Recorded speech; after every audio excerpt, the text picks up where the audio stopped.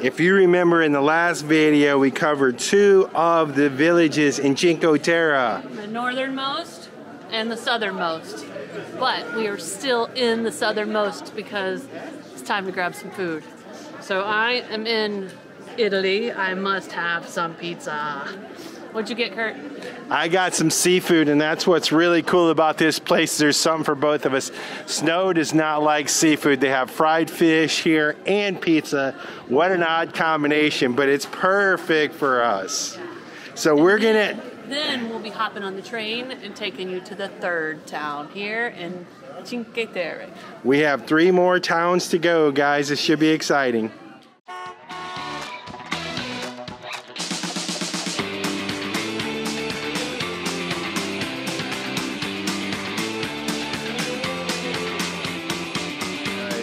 I got a little seafood in here. It looks like it's a little calamari. I see eyes.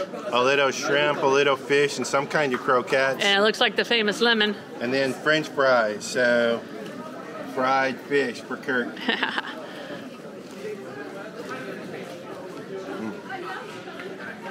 Tastes like fish.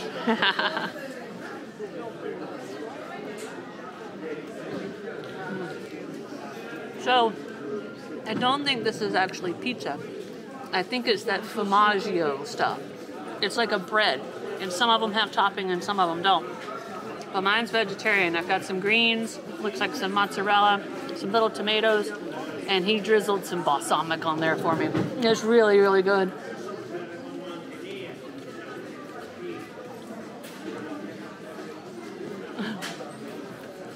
Now we are headed to the train, where we are going to go to the middle town that sits up on a hill.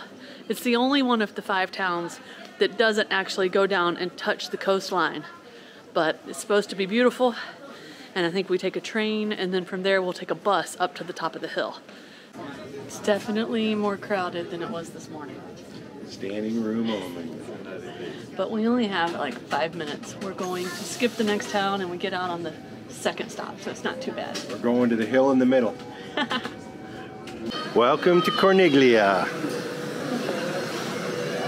So we got off the train, and then at this town you have 2 options. You can walk up the hill to the top, which most people do, but it would take me a really long time and just slap wear me out. So we are going to take the 2nd option, which is they have a bus that runs back and forth from the train station up to the top of the hill where the center of town is.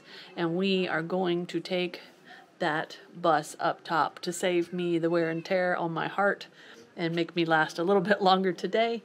Now we bought a 1-day train pass, and that comes with being able to ride the trains all through Cinque Terre.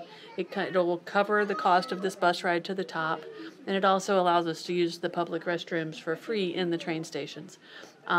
If it was season and the hiking trails between towns were open, our 1-day pass would also cover those. But that's where we're at. So we've already paid for it. We might as well wait a few minutes and take the bus to the top. What is it, Corniglia? Corniglia? Corniglia. All right. Corniglia. We made it to the top of the hill. And, well, so far I see a village on a hill. But if you look right in front of it, you see all the old stone walls and the old wooden doors. And right up here on the hill, I think, is a church. And, of course, we have the beautiful sea views. So it'll be interesting to see what the uniqueness is about this city. Let's do it. I'll never forget in Medellin, Colombia, when they had homes like this built on the hills. They called them generational homes. And what would happen is the family, the original people who built the house on the hill, would build their family a house on the 1st floor, maybe the 2nd floor. And then when the children were old enough to have a family, they would get the heir. So the heir was the floor above. So the 3rd floor, they would inherit that, and they would build their home on the 3rd floor. And so sometimes you'd have 3 generations, like in a 3 or 4 story home, built up on the hill. And of course, they're all pressed up against each other. And then the homes like this that push out the mountains, and Rio de Janeiro are called favelas. And of course they have the narrow sidewalks and all that type of stuff. But all of them are just colorful and stunning in their own unique way. But wow, we have seen houses pushed up on the hill like this all over the world, haven't we, Snow? And the way they are able to construct these is amazing. And the cool thing about these areas is some of the structure for these has been here for centuries. Now I'm sure they've been remodeled and everything, but the basic structure of the roads and the foundations, really old. It's incredible, but here, since we've been in Italy, we've noticed all the different stones and stonework, and you can see the plaza of this church is stones. And then again, like the last church we saw, almost like a sandstone or a slate brick, a big marble window facade, the little humble statue, and a big wooden door. Let's go in and check this thing out. Look at how ornate this is. And again, you can see it's characteristic of the churches in this area with the black and white stripes and the white marble and the black stone. And also, I'm not sure if the red stone polish there making the columns is like a marble or what kind of stone it is. But there's intricate work all over the walls. And even on this, the ceiling paintings are just elaborate and beautiful. And then right up here in front, there's a big statue of Jesus Christ hanging on the cross. Wow. What a grand church.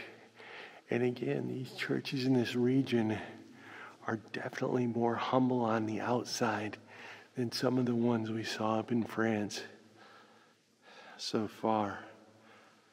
But on the inside, and this with the paintings on the ceiling, is just wow.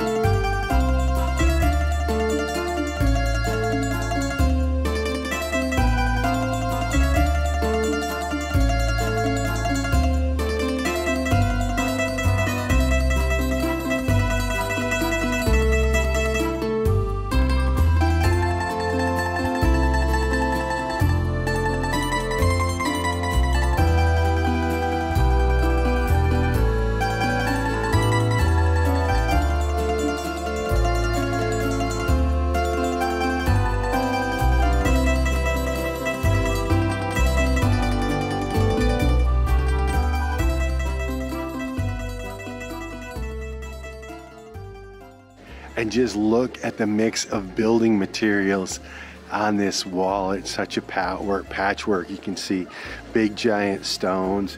You can see bricks. In some cases you can see sort of square blocks. And there's a lot of archways and windows and tunnels and stairwells and just narrow paths through all these buildings, these tall skinny buildings. And what's cool is they also have these little water stations throughout so you can get you some fresh potable water. But look at this as we move through towards the town center. Incredible, huh, guys? And we've arrived at the city center. And there's a big statue of Corniglia. And then there's also another church. So both of these towns, most of these towns we've been in have at least, even though they're pretty small villages, have at least a couple churches. We'll go up and see if we can get that one. I don't see the door open. It looks like there's also a view of the ocean in the back. From here you can see why Corniglio doesn't have sea access. There's a sea cliff here. And I'm gonna tell you, we're a good couple hundred feet above the water up here where the hill is. the hill village is. You can see the other village built out there on the edge of the mountains. All colorful, just stacked houses poking out there on the island. And then otherwise, it's just a steep cliff face along here. And when I say the train goes through a lot of tunnels, the tunnels go through right through those mountains on the side of the cliff. And then as we look up towards the sky, again you can see the vineyards and the stakes for the grapes and for the olive trees and for all the other crops that they grow here. And what I begin to notice, in addition to the citrus, there's also quite a lot of palm trees in this area, meaning we're getting definitely into a more moderate climate. Across the way you can see the steeple for that ornate church we were in with the beautiful ceiling pictures. And then here's a little church right here and the square. And if you can see, snow's down there with the little white cat on the park bench. Guys, I think I made a friend. What are you doing? Yes. What'd you get, Snow? I got the basil and lemon right there. Just top. What are you gonna get? I want to get the Corniglio. Yeah, okay. You want the same size? Yeah. So it has the texture of sherbet, and it's definitely got lemon in it and a very strong basil flavor, which I absolutely love. I definitely picked the right one. And I got like the Corniglio special. Yeah. So let's get. And it's like a mixture of cream and all sorts of local ingredients. I'm not sure what they are.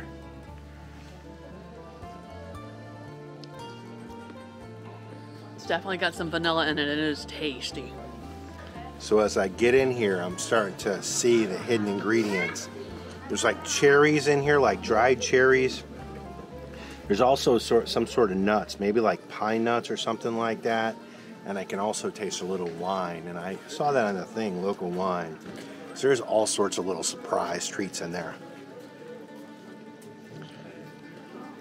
Good. So it's almost time to leave this little town. Catch the bus back down to the train, and then the train will take us to our house. So I am on the bus, about to take my ride down. Curt decided to walk down, so we'll see what he sees along the way. We will catch back up with him at the train to go home. Yes. All right, Snow's gonna wait to take the bus on down. I'm gonna walk on down just to get one last glimpse of this beautiful little area we're at right here. I think she's got about a 20-minute wait, so I'll probably be down there waiting on her anyway. But right here you can see the train track, and then it disappears in that tunnel and really doesn't show up until that other town over there, out there on the island. So that's where we got to go, down to that train station. And you can see I've been talking about all the different plants that they grow right here. These trees right in front of us are olive trees. All right, I made it down here. It was about a 10-minute walk. Just beautiful temperature outside, probably in the upper 60s Fahrenheit. You can hear a train coming. It's headed the other direction. That's not our train. And how's this for timing? Well, there's the bus. You can see everybody's jammed in there like it's a big sardine can. But actually, Snow did beat me back by about 20 seconds. I'm gonna keep walking. Let's see when she gets off the bus if she actually beats me. She's probably sitting down, so I'm sure she's gonna have to wait for everybody else to get off. So, perfect timing.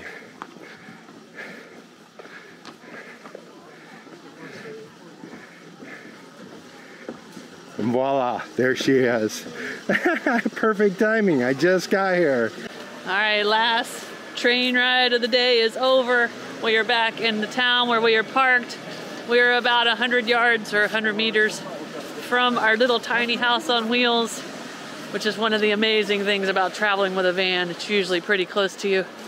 But we've got to get over there and get the door opened. And I'm sure G-Money thinks he's starving to death.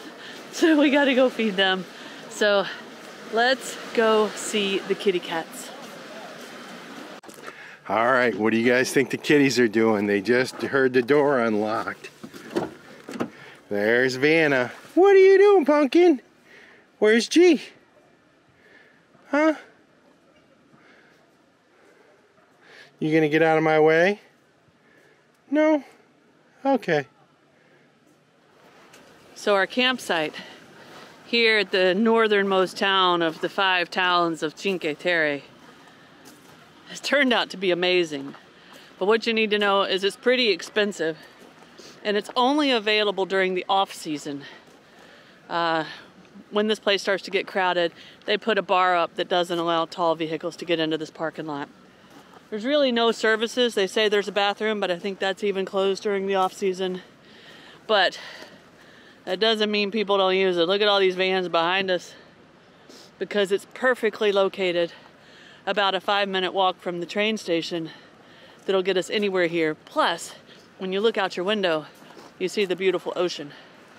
Now, we have already seen 3 of the 5 towns. Today, we hope to take you to the last 2. The first one we're going to is Vernazza.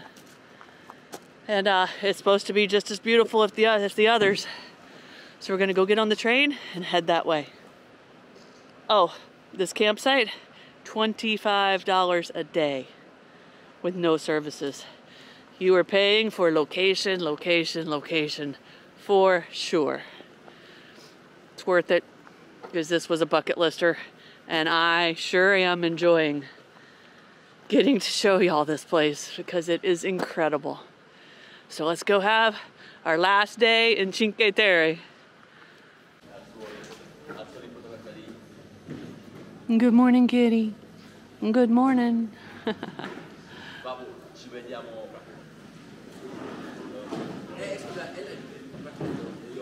All right, we made it to our next city, which is Vernazza. And this is kind of the second city from the north, just north or just south of Monterosa. And well, let's go check it out. It's narrow streets with tall, colorful buildings, so this should be exciting. Let's go see what we can find in this city. So from the little bit of research that I did on each city before we went to them, this city is kind of known for, of course, being beautiful. But you get off the train at the station and it's at the top of the hill. And then there's one main road that runs all the way down the hill to the coast. I guess it's like their main street. It's not what they call it, but so our first order of business here, we'll be walking all the way down to the water and checking that out. And then as we go back up, we may explore some more of these side streets. But first things first, let's go hear some waves.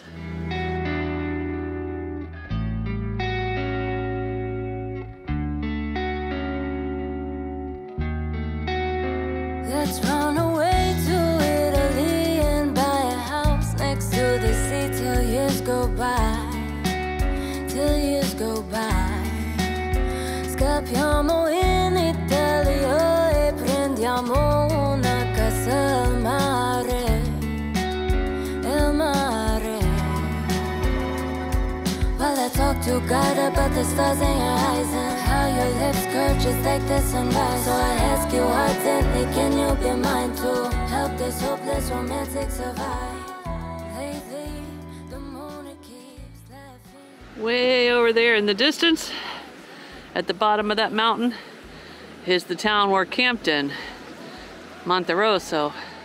So it was only a 3-minute train ride, most of it in a tunnel through that mountain.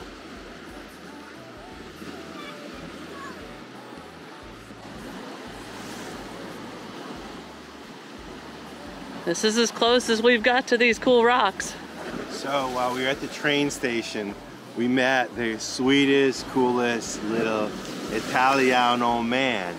And he had some stories. He grew up along this coastline in Hinoa, and he lives here now. And he told us a lot of stories. But the town we're staying is Monterosa. In any event, that stands for, I think, Red Mountain or Red Stone. And so if you kind of look up in these mountains, there's traces of iron which give them their color red. So when the Romans came here, they named it Montrosa for the red color of the stone. So we found that to be very fascinating. Very, very cool. We've seen a lot of the red residue on some of the buildings and stuff around here as well. So this is the Church of Santa Margherita de Antioquia. And legend has it that, now from what we're learning as we research this history, when someone is a saint, bits and pieces of their body are, people want to keep them close. So legend has it that a long, long time ago, a finger of Santa Margherita washed up in a small wooden box on this shore. Now the locals found it and they went several kilometers away and wanted to build a church in her honor. A big storm came and destroyed that church. Sometime later, the finger showed up in the same box in the exact same location. So the locals took that as a definite sign from above and built the church in her honor right here on the shore. Now the first time there's any written record of it is 1318. No one knows exactly when they built it. There's no historical data on that. But between 1500 and 1600 it was renovated to add some bells and make it larger. And when they did that, they kind of destroyed the medieval feel and put a new spin on it. Then again, in the 1700s, they did some more renovation on it, where they removed the wooden beams that were in the ceiling and made it a little more modern. But if you believe the legend of this church, it's got some pretty cool history. So there's a stone walkway around the church that kind of walks along this little bay, and you can see the seawalls that have been built and the rocks that are just scattered throughout, and even the cobblestone path just kind of meanders over it. But you can just see the years, the history on these walls and on these buildings.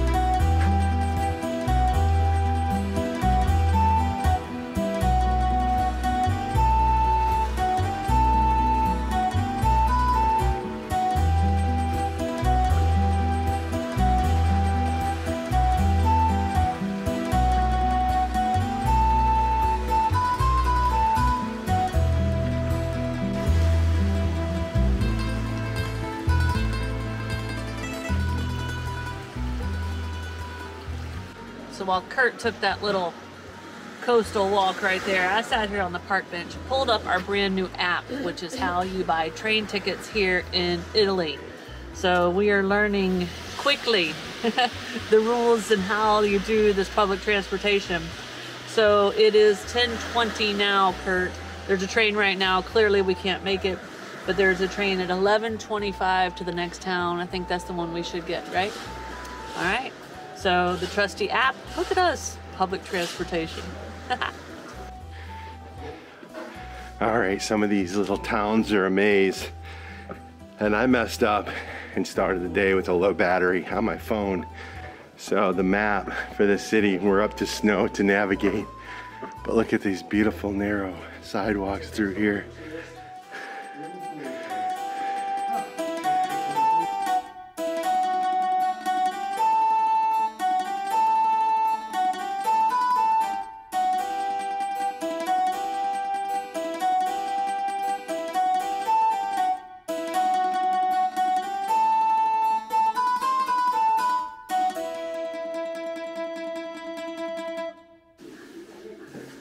Ooh, that's a big walk.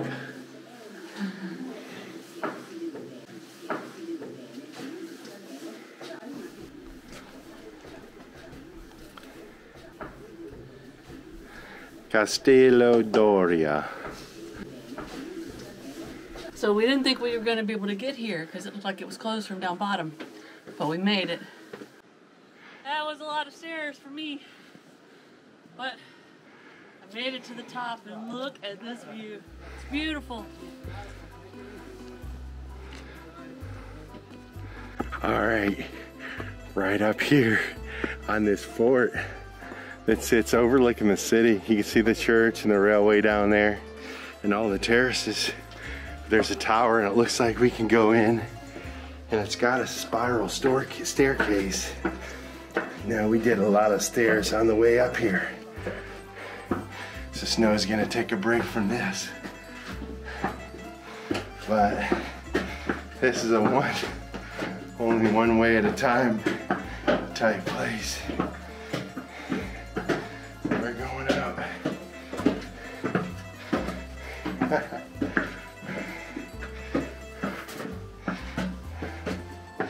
Woo! That's taller than I would have thought.